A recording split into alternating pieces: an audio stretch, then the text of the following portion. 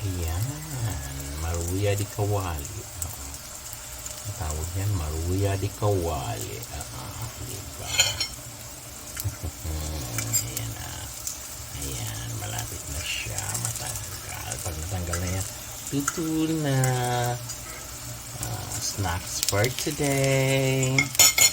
Ayan, para-paraan lang para maka-snacks, diba? Papayat pa ba yun? Ayan na, malapit na siya maluto. Oo. Ano na siya, diba? Ayan na. Ayan na. So, patayin ko na. So, lala mo na naman ako. Ayan.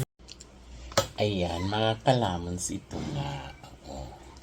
Good afternoon. Ayan, maruya di kawali. So, may snacks na naman ako, diba? Snacks. Alam mo, guys, ang ginagamit kong saging is ganito. Pag nag-overripe siya, yan, kaya kong itapon, nagagamit pa siya.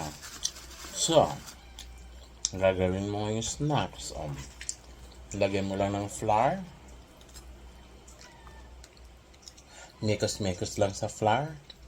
Wala ng asukal, matamis na siya. O, ito na. Maruya di kawali.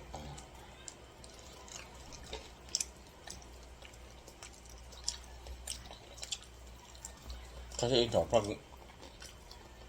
itim na ang balat, okay pa yung loob, diba? So, magagawa mo siya.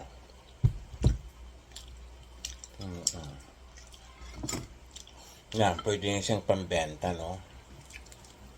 Nabenta ko to nung Banana Festival.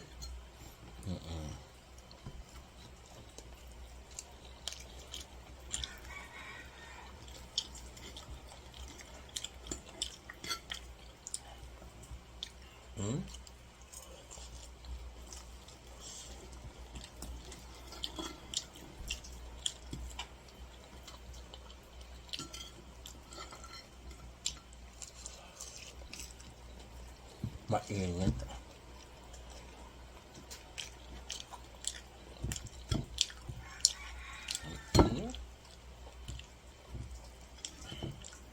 Pwede siyang iprito. Pwede ring lagyan mo ng konting oil.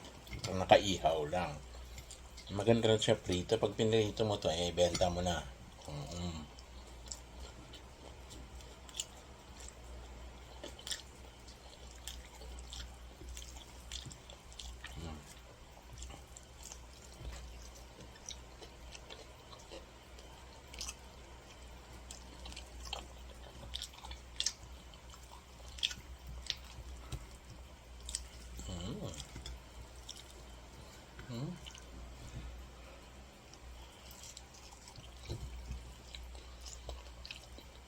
Yung laman na ng tiyan.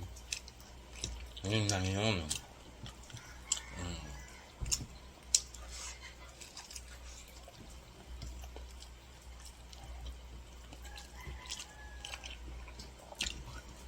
Imagine mo, nagagamit ko yan.